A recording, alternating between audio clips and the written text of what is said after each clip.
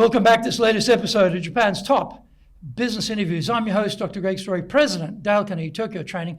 My special guest today is my boss.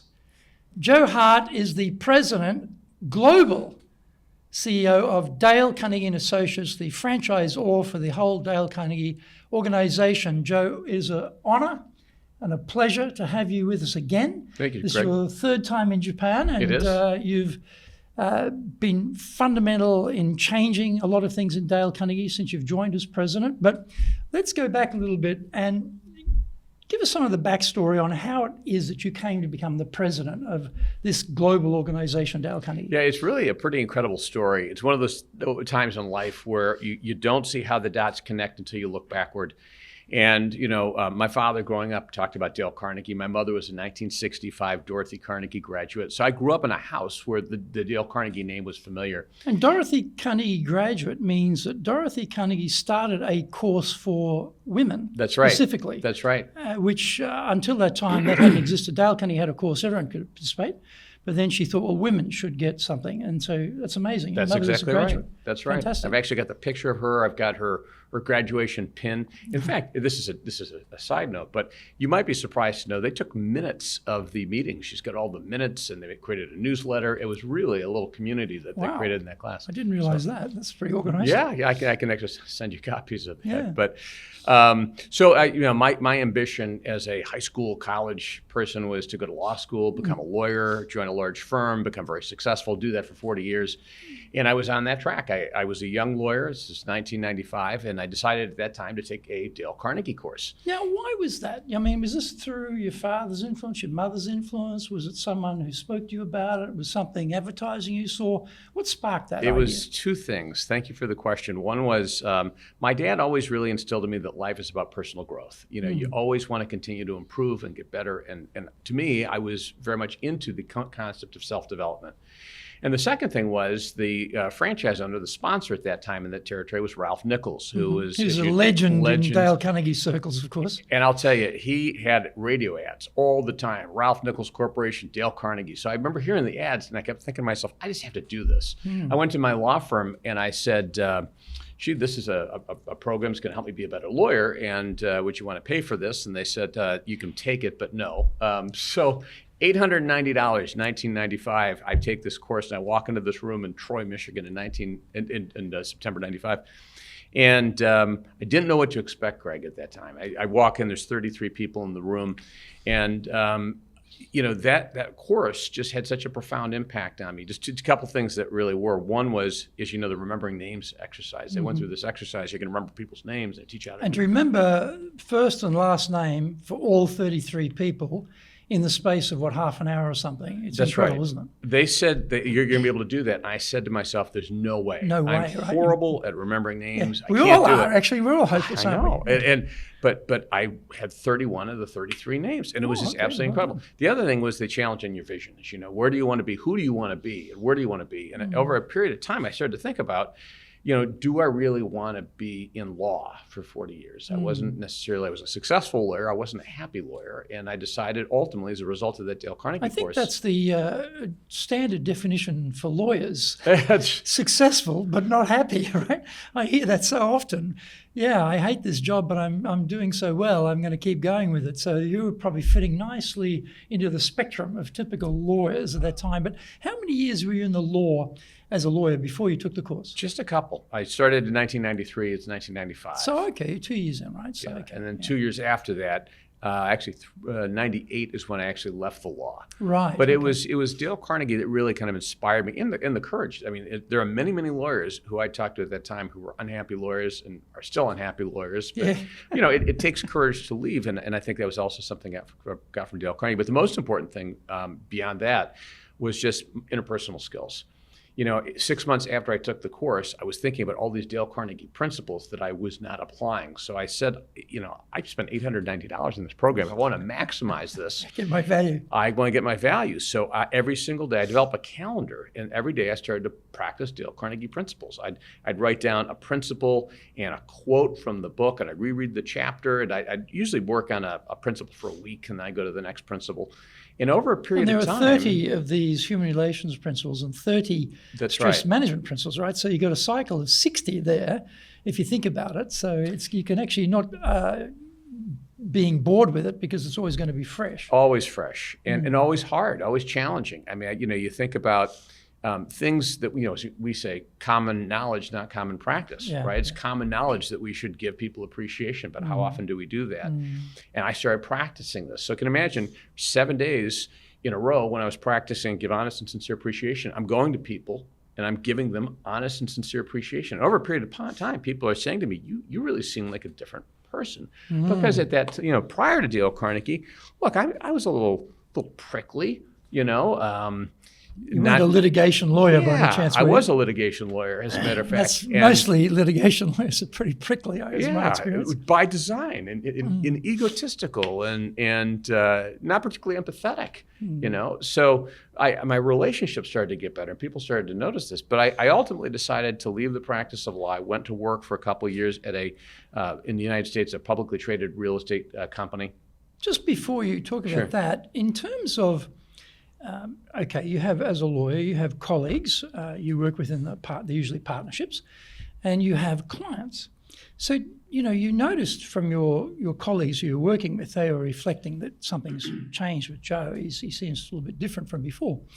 And what about with clients? Did you find that being able to apply these principles in how you related to clients also changed your business acumen or your business ability? 100%. It made me far more valuable to my clients, and I was a far more effective lawyer because I listened to my clients more effectively. I really tried to understand their point of view. I mean, it's natural to ask questions, but the lawyer, I can't speak for all lawyers. Lawyers tend, at least I would tend to form an opinion very quickly and say, okay, this is what we're going to do.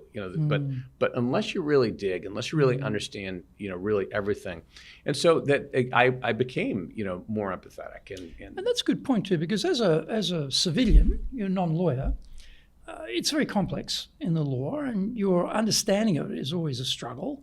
And lawyers, this is their business, so they can be very quick and very confident. But you yourself, you can't make a judgment about that. And to have a lawyer who's really empathetic, trying to really dig into, okay, what's the deeper layer here, not just the tip of the iceberg. That's right.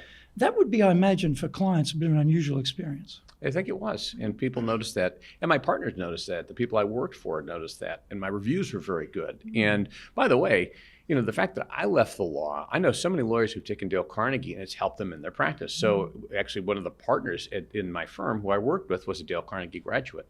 In fact, it was her, after a couple of years of using this kind of calendar system, she was the one who encouraged me to send a letter to the CEO of Dale Carnegie at the time, Ali Crom, telling him about the system I had developed that might be valuable to Dale Carnegie graduates. By the way, so two things were happening at once. So I'd sent this letter to Ali Crom, and I FedExed him a letter in New York, and I waited a day, then I called him, and he answered his phone. And he said, Ali Crom, I said, Mr. Crom, the CEO of Dale Carnegie, and I explained I'm a Dale Carnegie graduate, and I've got the system. It's really helped me apply the Dale Carnegie principles. And, is this something you'd be interested in learning more about? He said, yes. We ultimately did a pilot with 2 franchises to test this out. It was actually an internet-based. We turned it into this software-based kind of system. And at the end of this, he said, well, what would it cost to do this? And I gave him a number. And he said, that's a lot of money. We're really not in a position to do that right now.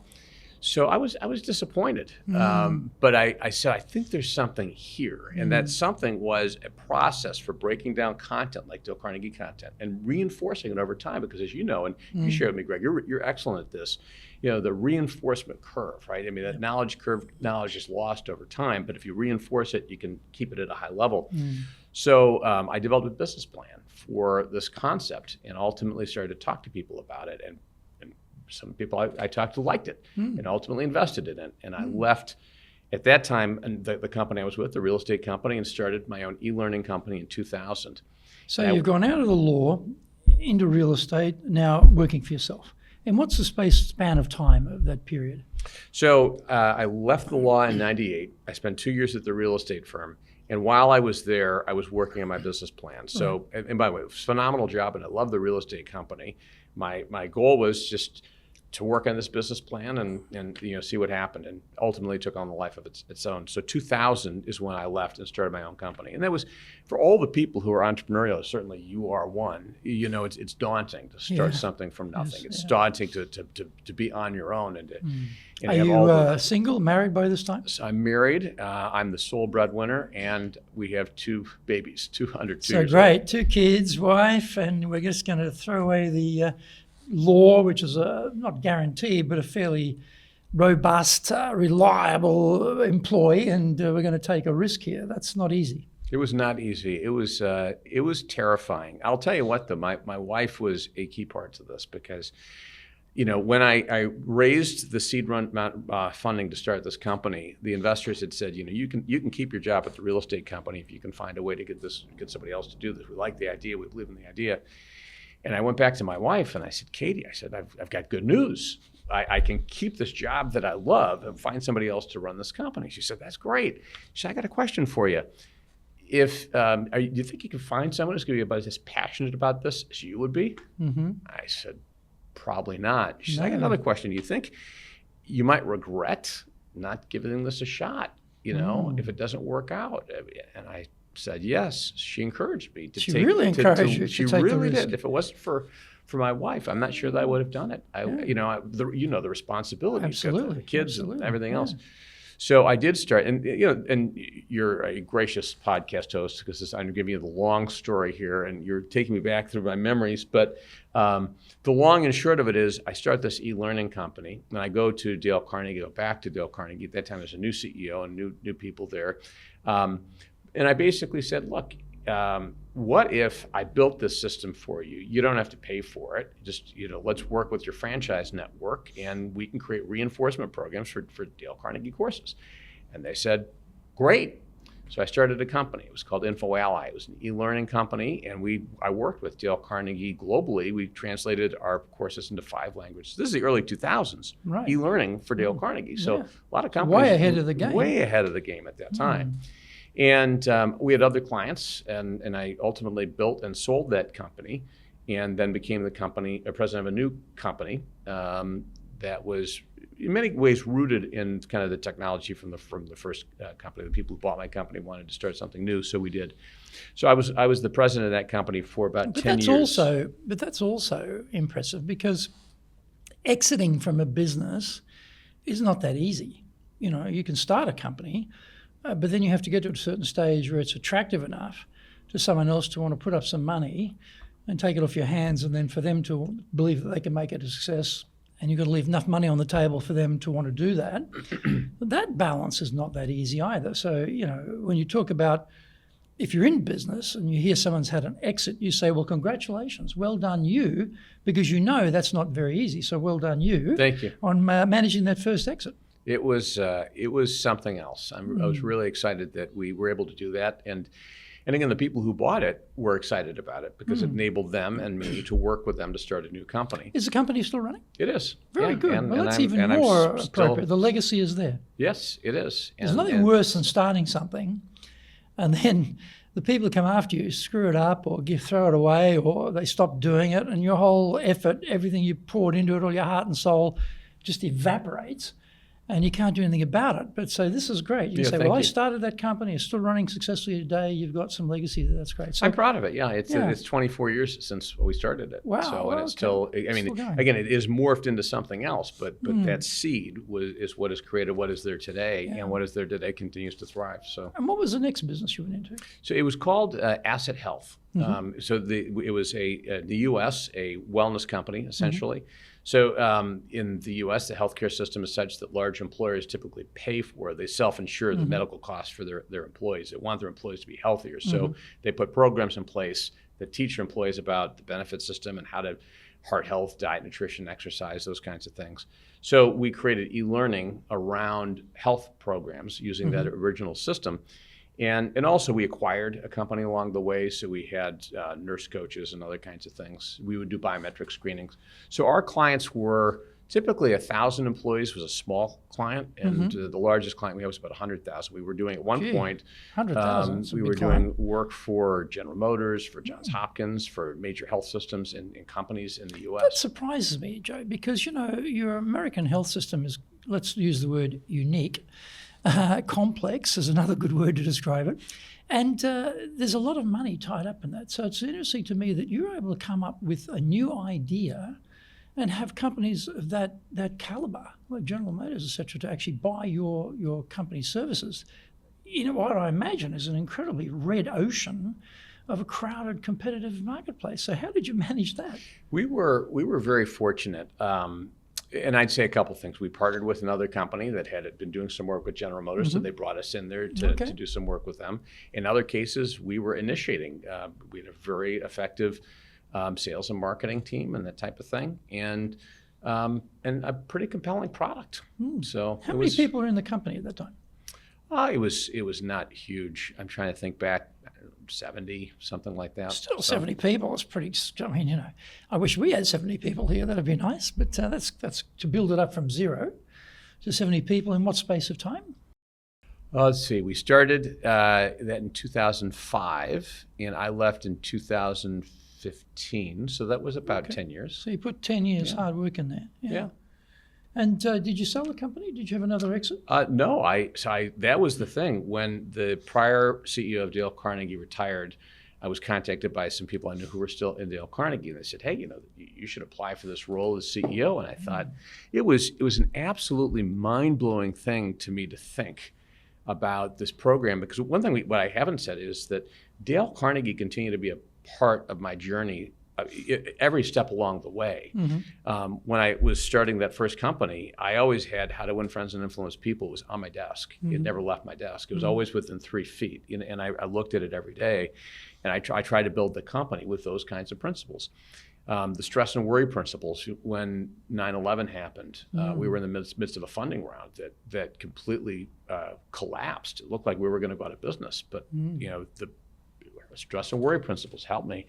I think about, I graduated in 1995 and met my wife in 1996, and I was telling her all about Dale Carnegie. Got her to take a Dale Carnegie course. Oh, that's good. And we both agreed that we wanted our kids to take Dale Carnegie courses. So even before I came to Dale Carnegie, I'd had my 2 oldest daughters take teen programs. Now all 6 of my kids have gone through Dale Carnegie.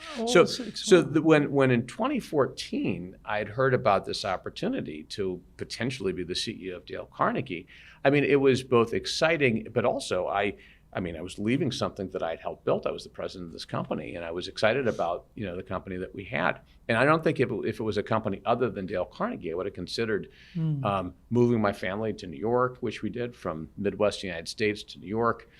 But, I did it partly because this is a company that transformed me. I was passionate about, and I was committed and am committed to the idea of building the brand and trying to reach just exponentially more people, because the world needs Dale Carnegie. You know this. Because it is transformative in terms of the ability to give confidence and help people lead and deal with stress and worry and communicate and have better, healthier relationships. So I was into this very competitive, rigorous process for the CEO selection, and after that process, it was. I guess the rest is history. You got the job, right? I got the job about 9 years ago, almost now. It was in April. Is that right? I started. Flown by, I started full time in May of 2015, so 9 years ago. So when you're an entrepreneur like yourself, you've started 2 companies, and you're operating within the realms of the United States and the legal system, the business culture there, the language is English. That's one level of complexity. Now you join to become the president of Dale Carnegie. It's not the president of Dale Carnegie America. It's the president of Dale Carnegie Global. And we're countries all around the world have Dale Carnegie, and so different cultures, different languages. So now there actually aren't too many American business people who ever have to take on that challenge. Now, in the sense of they're running a global operation, they might be sent by their firm maybe to Tokyo or Osaka perhaps for a couple of years on a posting, 2, 3, maybe 4, 5 years, and then they go back or they go to another country. But in this case, you're based in the States, but you're running a global organization. So when you took on the job and you said, okay, I'm going to stop working over here as a president of this health wellness company, I'm going to take on Dale Carnegie, what was your thinking about approaching it as a global operation? How did you think about that? It's interesting. One advantage I had, maybe over any other candidate who's applying for the Dale Carnegie CEO role, is that I had had about 10 years of experience working with Dale Carnegie franchisees all over the world. I knew the business and I knew the people, and I understood many of the dynamics. Because again, I mean, when Dale Carnegie and Associates, the franchisor, agreed to work with us, they basically opened the doors for us to work with franchisees. The franchisees were my clients. I was going to franchise by franchise. So, and we had translated to 5 languages. So that was throughout Latin America and Europe and different parts of Asia. We're using our programs and so forth. So I did have a sense of really the global nature of Dale Carnegie. And I also had a passion for the franchise owners, because I understood that they, like me, were entrepreneurs. They were taking all the risk of hiring and running a business and so forth. And they were the ones who were delivering these transformative experiences that had impacted my entire life. So you talk about connecting the dots. I go back, I was a Dale Carnegie franchisee, or at that time sponsor, that made all the difference in my life. So I had great appreciation for those people. And it also, and of course I still do, that gave me that perspective about just the global nature of the business. And really, when I started, the first thing I did was to, rather than coming in and saying, okay, I'm a man with a plan, I said, I'm not a man with a plan. I've got some ideas. In fact, I had presented to the board a proposed plan. I told them my thoughts. And then I said, I need to go talk to the franchisees. I spent about 6 months really just talking to people and saying, what do you think, Greg? What do you think we need to do to really advance this business? What are the most important things? And how do we serve our customers most effectively? And so all that input from the franchisees came into what became our first strategic business plan, which was called our foundation plan. And that guided the things that we did really for the next 5 years. And in terms of, for yourself, when did you get a chance to start visiting franchisees outside of America? Because, you know, the vast concentration of franchises are in the States, naturally, because Dale Carnegie started there in 1912. And, you know, it's been very successful, of course. But, you know, getting the time when you're taking on a new job like that to actually travel, well, that's very difficult for a start, because your time frames are always tight. But, you know, if you've got a global organization, then it probably helps to visit some of these places. So how long did it take you before you could start traveling, try and really immerse yourself in what's going on with those franchises today? Because you dealt with them some number of years ago, and, you know, maybe those franchises had turned over as well, and people retired, or they'd sold out or whatever, and new people are there. How long did that take? Not long. I mean, there was, of course, Zoom, which I would do right away, but actually getting in the field, like my first international trip was in September of 2015, and that was to our Latin America region, Panama, and that was in Brazil a couple weeks later. And then it was in Europe, I was in Spain, and then my first Asia trip was here to Tokyo.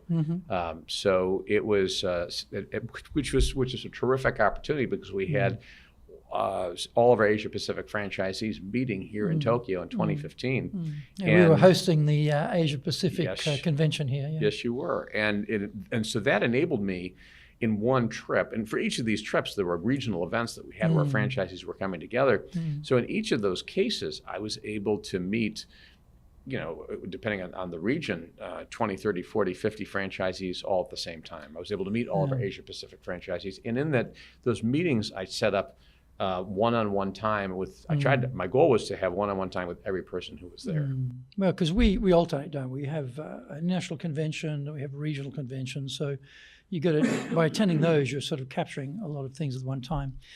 And in terms of your business model is interesting, because you're actually not a training business yourself per se as a franchisor. You are in the franchise business as a franchisor, overseeing franchises who are training companies. So it's a bit of an interesting animal, isn't it? Because it's a training industry, but you yourselves as Dale Carnegie Associates, basically, although these days you are doing some teaching, that's sort of changed. I should rewind my words there, because you are actually delivering stuff internally, which wasn't the case probably when you started. So it was probably the franchisees who were delivering the training. You're looking after the franchisees as a franchisor. So how did you find managing that difference between how franchisees would see their world and how you as a franchisor see that world? Because there is a balance needed there, isn't there? There's definitely a balance. And, I think the fact that I had started working with franchisees and had so much personal familiarity, people had invited me into their homes and had dinner and that type of thing. So I felt like I had a really good perspective. And so as you said, I think Dale Carnegie and Associates we have really maybe 4 roles. One role is as a franchisor. Clearly, and that is really supporting our franchisees. In fact, our strategic plan, one of our core parts of our strategic plan is how do we help our franchisees have a strong franchise network. So that was and remains a real priority of the business. We also, the only territory that we operate as a franchisor is our New York City Center of Excellence, which has been in the Dale Carnegie since that's where Dale Carnegie started. So we operate that territory. And that's got a new location now. I think, just remind me, which street is that in New York again, for people who may be visiting New York? Yeah, it's 783rd Avenue, which is right on between 48th and 49th on 3rd Avenue, right in Midtown. Midtown, okay. So the third part that we are involved in, which is what you're referring to, it actually was before my time, was a sort of a digital operation. So in fact, that it's interesting because that was delivering live online training to different territories, primarily North America. And that really came in, it was critical during COVID because... Well, that started the roots of that started in 2010. So actually, Dale Carnegie was way ahead of the game in terms of understanding how to deliver content digitally for 10 years before COVID suddenly made it mandatory for all of us. And I remember ourselves when we, in February 2020, I had a conversation with Jean-Louis Van Dorn, who takes care of all the franchisees, and he was relating what was going on in China. Because in Japan, we were sitting here thinking, well, yeah, look, Asian flu, we missed that. It never even got to Japan. This will be the same thing.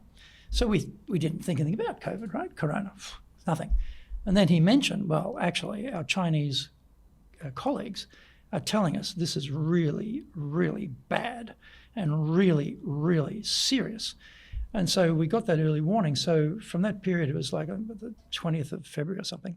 Within about 10 days, we completely certified everybody in how to deliver digitally, because in Dale Carnegie you have to be certified to do any sort of teaching. And also producers had to be certified as well. So we went through the whole program. And then we started our first classes in March because clients were cancelling classes all over the place, for face-to-face. I remember. Yeah. Everything's booked for April, cancel. It was a nightmare. But fortunately, because Dale Carnegie had the foresight to start in 2010, we got to 2020, we had a solid base of expertise, and also we had a lot of content. I remember, we could go and get the manuals, which were designed for digital delivery as opposed to classroom delivery. That's exactly right. That was a lifesaver.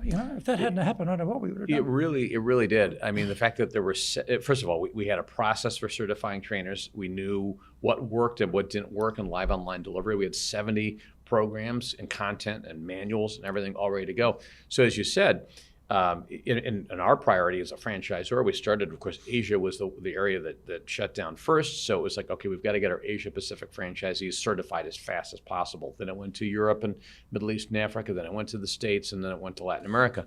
As the lockdowns progressed from place to place, of course. And again, I don't need to tell you that was a harrowing time, I think, for all of us. But for me, it was interesting. I'll relay a conversation I had with our CFO. You remember Andrew Reben? I do. This is in October of 19, and we were doing budget forecasting and preparation for the board. And you always do pressure testing. Hey, what happens if?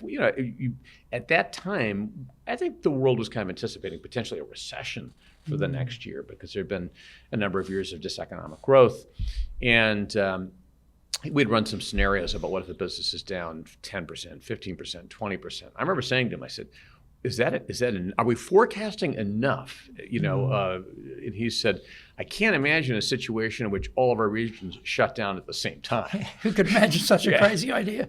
Because in the past, one region might have an issue, but other ones are okay. So you have kind of this balance.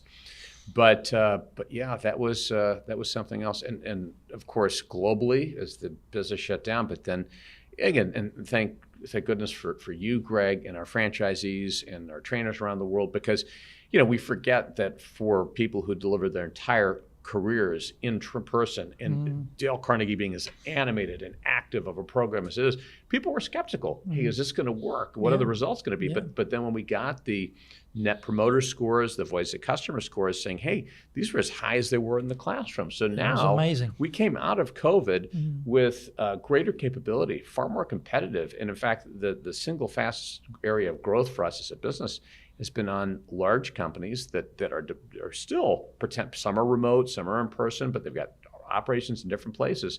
And how do they reach those people effectively?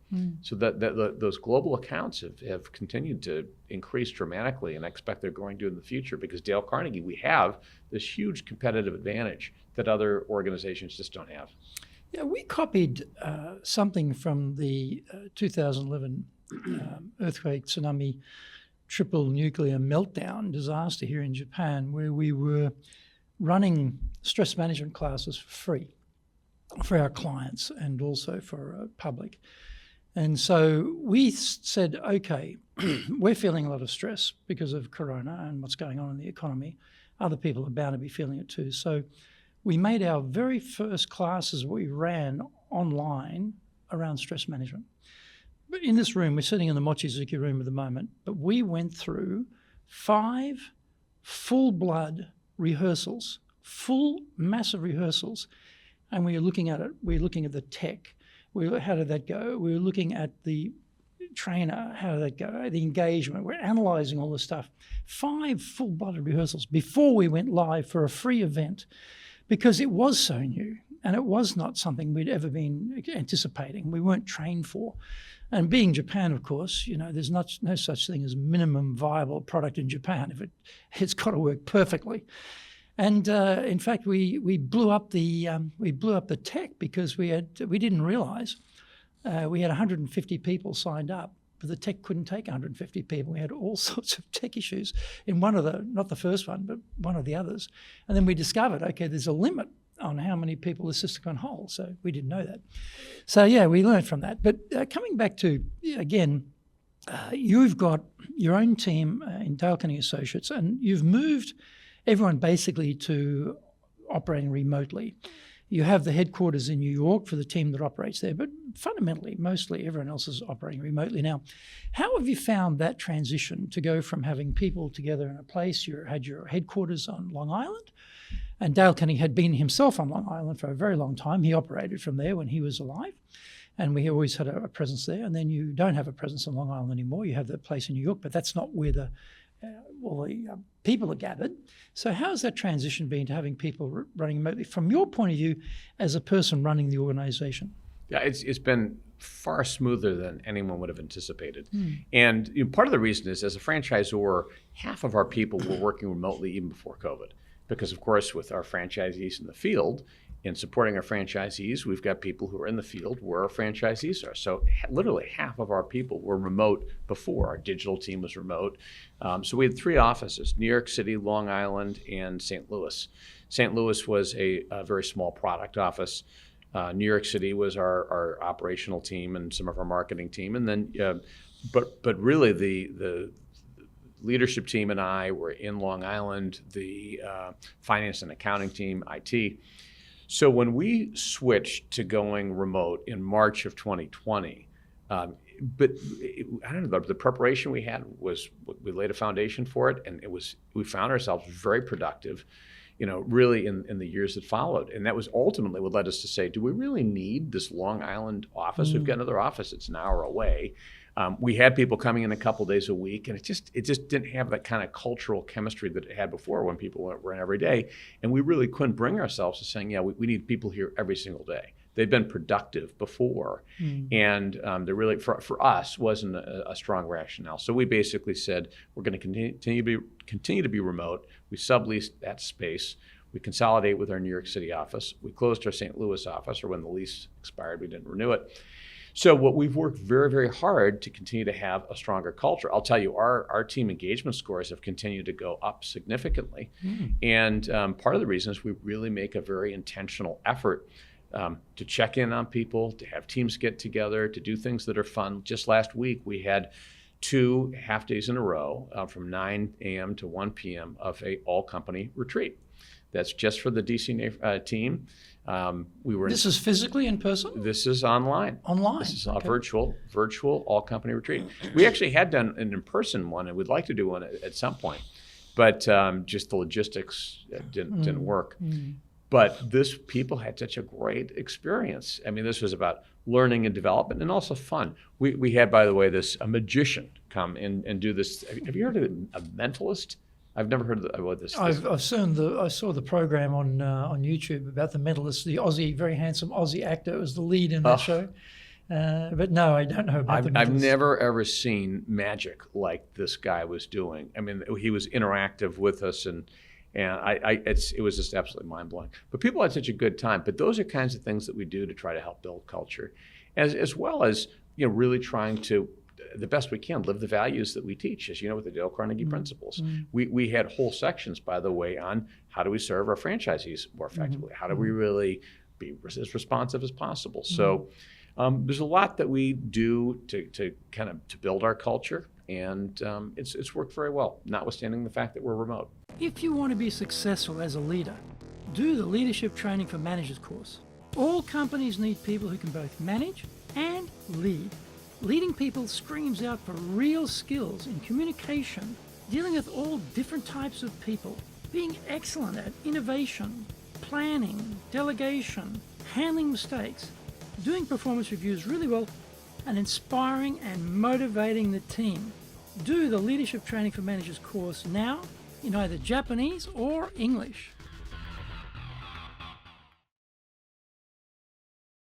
Are you doing business with Japan? Do you really know how things work? Japan Business Mastery provides the answers. Do you have the right networks and know how to create them? Do you know how to get on the same wavelength with Japanese buyers? Do you know what being trustworthy looks like from the Japanese perspective? Japan Business Mastery is based on more than 30 years' experience in Japan and will become your go-to guide. Want to succeed in Japan? Buy Japan Business Mastery now. I must say, I was always incredibly jealous when I visited the headquarters, the new one in Melville, and you had your own green screen, studio, wall, lighting in the ceiling, studio set up because you do a lot of videos. And we do a lot of videos too. And I always looked, I thought, one day when I grow up, I want to be like Dale Carnegie, so I should have my own special studio, fully equipped just for doing all the shoots. We use this room. We set up green screen in here, but it's also used as a training room. So it isn't a dedicated space like you had. I always thought that was fantastic. It was ironic. I loved that space. It was so fantastic. Cool. We had built it specifically to be a studio. We had great equipment and everything else, but ultimately that was I guess a casualty of our decision to be remote. But we've still been able to make things work. We still are able to produce video and audio and podcasts and all kinds of things. Look at what we're doing right here. Well, you've also got your own podcast, Take Command, and if I don't know if I can take any credit for you starting that, Joe, but I do remember encouraging you. A few number of years ago. I said, Joe, let's think about a podcast, and you're the president. You're a fantastic presenter. You should do it, and you did it, so that's great. And how many episodes are you up to now? Gosh, I'd say 70. 70, That's my yeah. guess. So, I mean, actually, we don't refer to them by number. I know some people do say number 1, 2, 3, 4. But I'm guessing we started this in January, ironically, January of 2020. yes, yes, brilliant timing. And continued it. But it's gone really well, and it's got a global presence. I mean, It including has, here in yeah. Japan. I mean, there's a very significant number of people who listen So to it. for our viewers and listeners, certainly check out Take Command, podcast by Joe Hart, president of Dale Carnegie Associates. Definitely required listening, and it's done audio. It's not done video. We do audio and video, but we generally focus on the audio release. Audio, okay. We So have you to do start to change that a little bit because what we're finding is that YouTube is becoming a top podcast platform. So That's right. who knew? Yeah, well, that's true. I guess, video is always going to be a powerful communicator. In terms of, we think about building trust. Now, you go through something like Corona, it's very hard on the training industry. We certainly saw a massive drop in our revenues immediately when Corona hit. And this happened globally through the whole training industry. So, people have to size down organizations to cope with that change. And then, things turn around, you can scale it back up again. And I'm just thinking, what did you find worked well to build trust in the organization when you're going through those hard times? When things are rocking along and it's all land of milk and honey, it's all great. But when you hit hard times, and in business, we'll always hit hard times. So what are some lessons you took away from that experience of how to get through the hard times and keep the trust and build the trust with people? It's interesting. People talk about trust, and we think about that. And at the same time, trust really comes down to individual relationships. Do I trust this person? Do I trust you? Do you trust me, et cetera? And, the things that we teach in Dale Carnegie are just critical in terms of building trust. Do I try to see things from your point of view? Do I try to listen? Am I, attentive? All the different things that we teach. I found in COVID there was no substitute for actually reaching out to somebody and saying, just how are you doing, and what can I do to help, and those kinds of things. And I think that was a very valuable process, and also for me to understand what people were going through and to think, how do we help and how do we be as effective as possible? So, but I think that's, I gave 2 talks yesterday on AI that you were kind enough to organize, 2 terrific events with the German Chamber and the Tokyo American Chamber. And, right now companies struggle with trust. In fact, I had on my podcast, Richard Edelman is the CEO of Edelman, the largest PR firm in the world, and he does the Trust Barometer, which is a internationally known measure. And we both agreed. I mean, there's a trust crisis around the world. And at the end of the day, it does come down to, is there a believability? Do people do what they say they're going to do? Do they care? How do they follow through? Those kinds of things. So, and you talked yesterday too about transparency, as leaders needing to have transparency.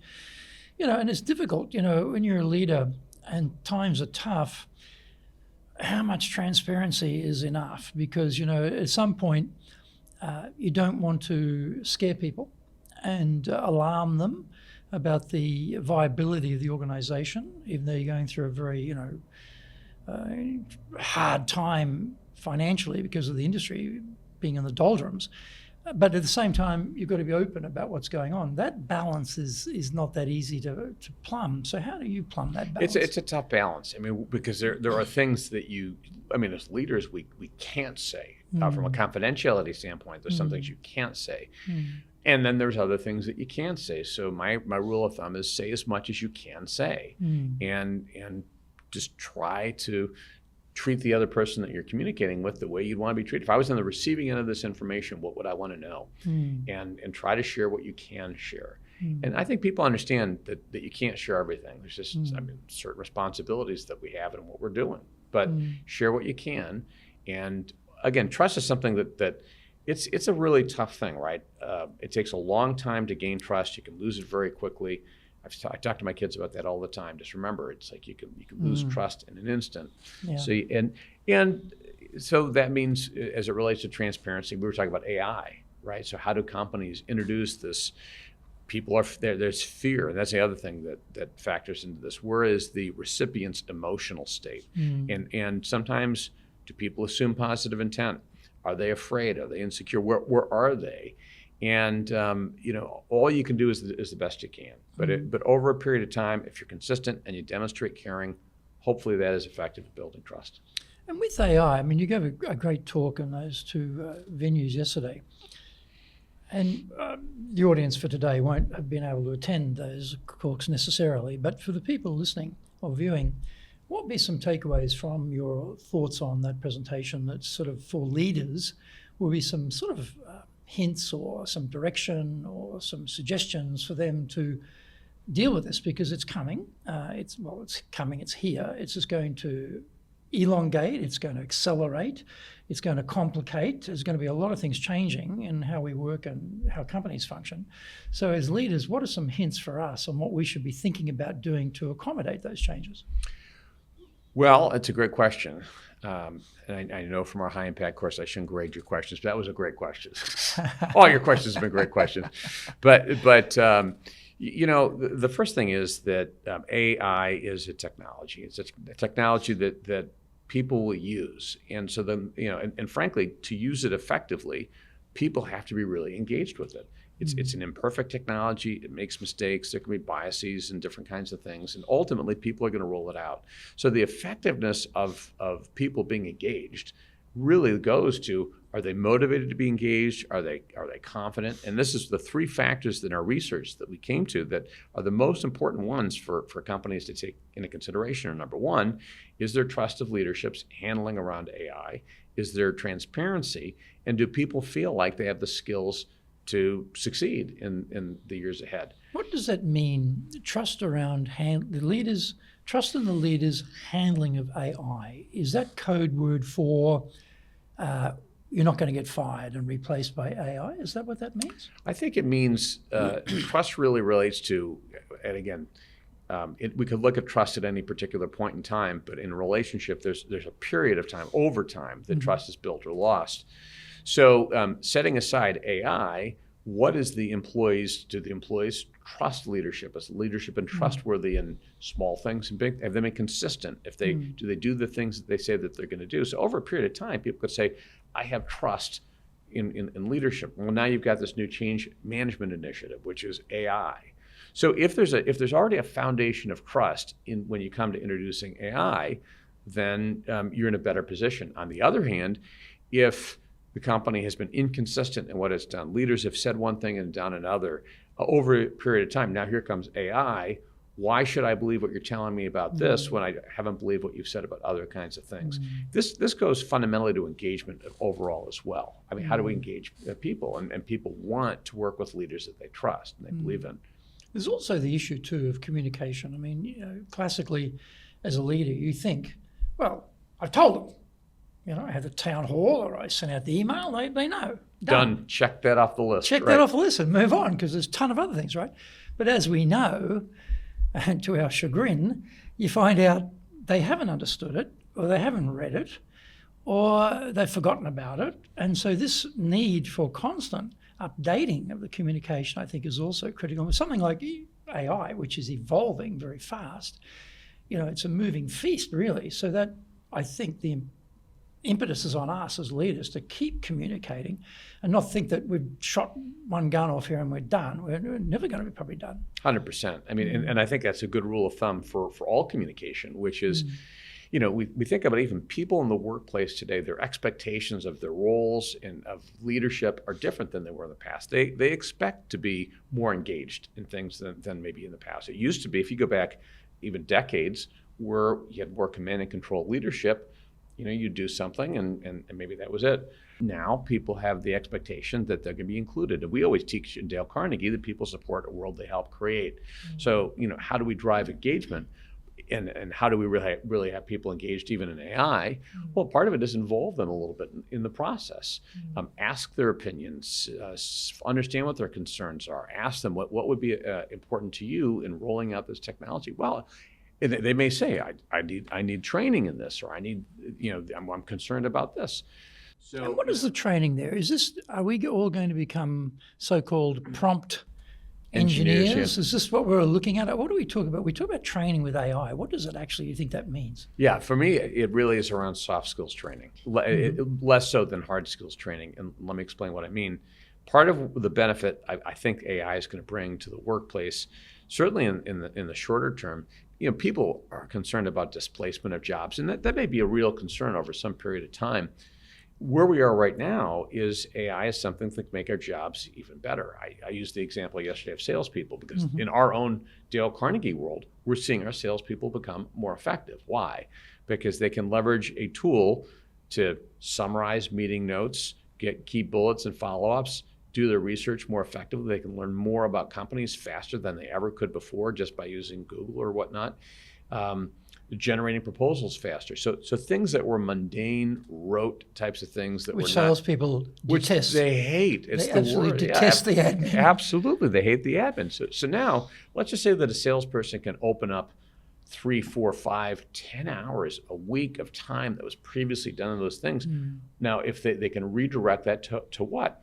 Stronger client engagement and improving their skills so that they can better understand what their clients need, anticipate what their needs are, communicate more effectively, have positive influence, those kinds of things.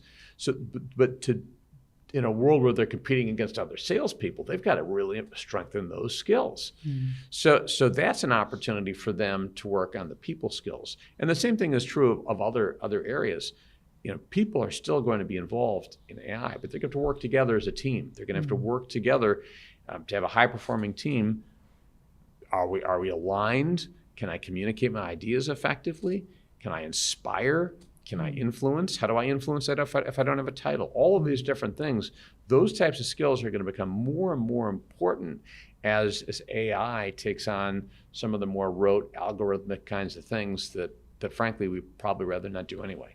From a sales point of view, if you think about it, the preparation before meeting a client previously would have been maybe check media sources for any occurrences where they've been reported or press releases they put out, check the annual report. If it's a listed company, if it's a non-listed company, you start to struggle straight away to get information because it's held privately.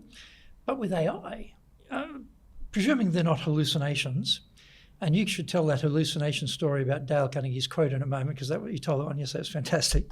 One of the downsides of AI is you can't necessarily always trust what it's telling you, but presuming that what it's giving you about the company is true, and you can check the sources, that saves so much time. I mean, to actually get a snapshot of this company, where are they today, what are their major aspirations, what's their strategy, what's their financial picture, any acquisitions, anything they've sold off, change of direction, change of leadership.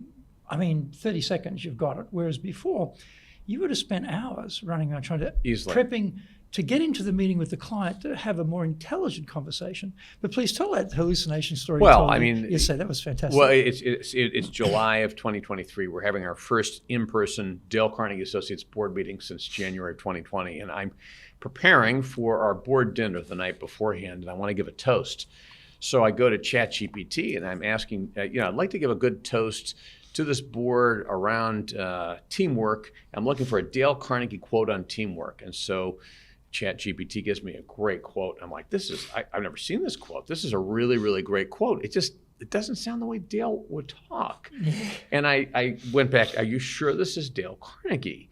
And ChatGPT said, yes, this is Dale Carnegie. So I then cut and pasted the quote, and I dropped it into Google, and up came Andrew Carnegie. Yes, the Steel Baron. That's right. I went back to ChatGPT and said, this quote came from Andrew Carnegie, and I got into basically a little tip. It argued with you. Well, it differed. Yeah, it was going to die on the sword on that That's one. interesting. So no, it's true that you can't consistently rely on the information we get from ChatGPT. Well, I don't know. Maybe over time that will improve. I don't know exactly why it has hallucinations. I don't understand the technicalities of that, but hopefully that'll get fixed. But still, as a investigative tool, as a prep tool for sales, fantastic opportunity there, I think. And also people worry about giving presentations. They think, well, everyone is going to be so great at giving presentations now because they can just go to ChatGPT or some other mechanism and it's all produced for you. And so the sort of, Red Sea or the red ocean of competition around that area, trying to represent your firm, represent yourself publicly, is going to be a nightmare.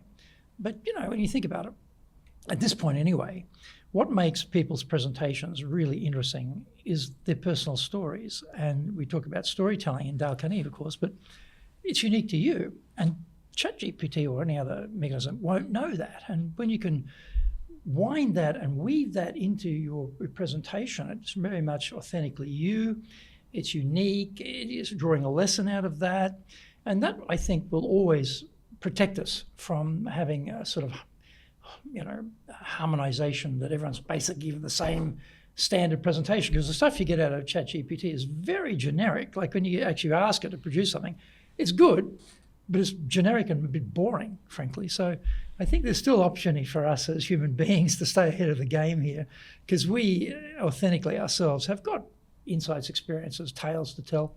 And if we're good at that, and then there's also the delivery component. So you can have the greatest presentation put together by ChatGPT, but you still got to get up on your hind legs and deliver the damn thing, That's a different killer fish right there, isn't it? It absolutely is. And I think what you're highlighting too is the importance of each person continuing to sharpen their skills, because that's what they're going to have. Warren Buffett talks about the investment that we make in ourselves being the most important investment. And particularly over time, it's for us to focus on the things that make us unique and authentic. What's the most compelling speech that we hear? It's something that really speaks to us from a person's own story. What are they sharing? It's not just they're going out, they're going to read something from ChatGPT, but it is that essence of who they are.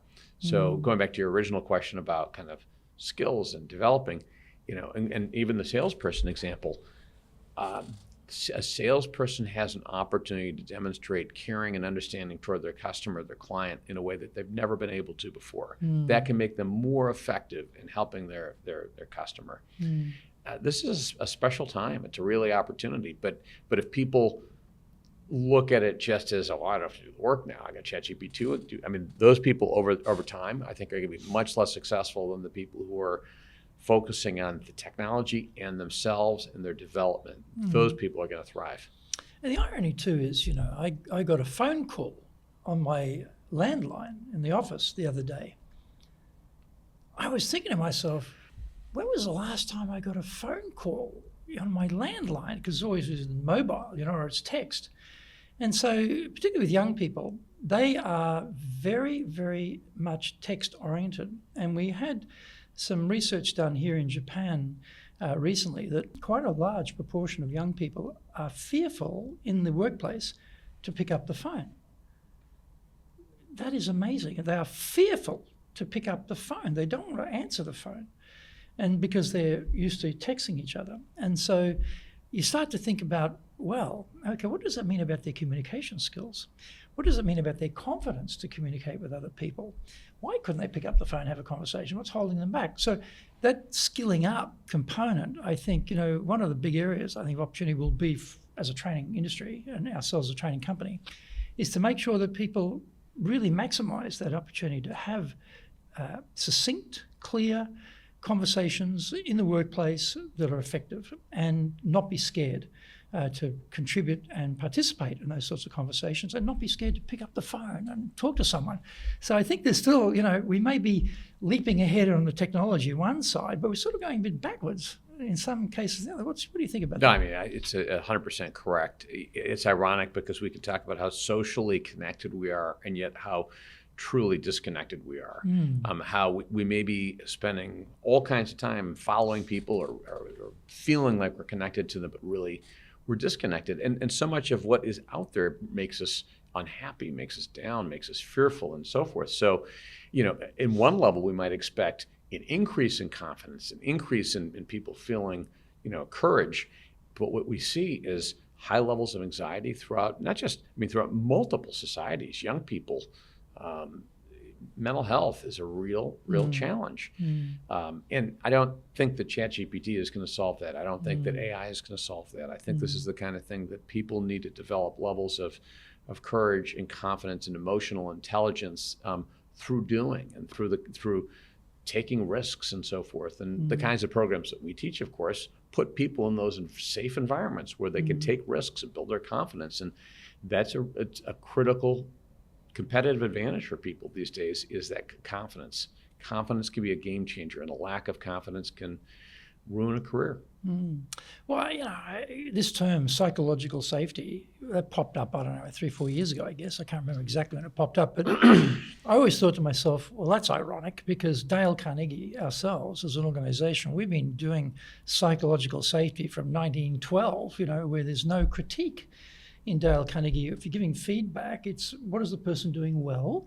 How could they do it even better? So it's always in the positive going forward vein, as opposed to you missed this and that was bad and you made a mistake there, criticizing people, dragging them down. So we should have come up with a sexier title than what we're doing, called it psychological safety ourselves. But the essence is that's what we've been core doing. to what we've been doing. Yeah. So I always thought about that when that term came out. I thought, wow, we already know about that. And I think your point about encouraging people out of their comfort zone, young people particularly, where does that confidence come from? And that is very hard to generate yourself. It's very hard to suddenly become super confident, because all the things that are dragging you down, and you can't dig yourself out of that hole. And I think that's where the training industry, and ourselves particularly, we play a role there. 100%. And I think with the Dale Carnegie principles and how we think about how we treat people and the insights we give people and the practice we can give people and the coaching they can get, I think we will always have a big responsibility and obligation to help future generations, as well as Dale Carnegie started in 1912. So, Joe, thank you very much. Yep. Thank you, We Greg. have to Thanks head for off having me. and have another event coming up in a Okay. moment, so we'll need to pull it up here. But please, join us again for our next episode of Japan's top business interviews.